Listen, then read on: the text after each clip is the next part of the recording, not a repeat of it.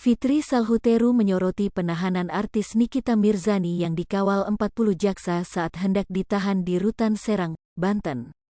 Disebutkan Fitri Salhuteru, ia melihat kasus IT yang menjerat Nikita Mirzani ini bak melebihi kasus besar.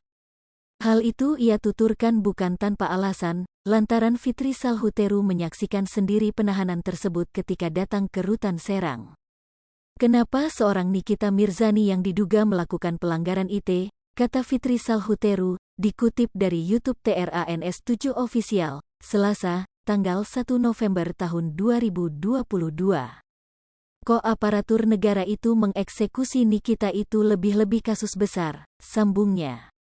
Fitri secara belak-belakan menyebut saat itu Nikita Mirzani dikawal ketat oleh sekitar 40 jaksa. Jaksa-jaksa tersebut bahkan sampai mengantarkan Nikita ke lapas dan memastikan sang artis ditahan. Kalau nggak salah ada 40 orang jaksa yang benar-benar nganterin Nikita sampai ke LP, memastikan kalau Nikita itu ada di LP, terang Fitri. Saking hebohnya, Fitri Salhuteru menyebut kasus Nikita Mirzani ini melebihi kontroversi dari kasus Ferdy Sambo yang masih hangat hingga saat ini. Mungkin lebih-lebih dari kasusnya Ferdy Sambo kemarin ya, yang mengantarkan beliau ke dalam penjara, ucapnya. Ada yang berbeda dari penampilan Nikita Mirzani saat dijebloskan ke Rutan Serang.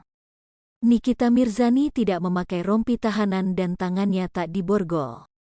Terkait hal itu, Kepala Kejaksaan Negeri Serang, Freddy D. Simanjuntak mengatakan Nikita Mirzani memohon untuk tidak memakai rompi tahanan dan tangan diborgol. Memang ada permohonan dari Nikita seperti tidak memakai rompi tahanan dan diborgol, kata Freddy, dikutip dari YouTube Seleb Oncam News, Kamis, tanggal 27 Oktober tahun 2022.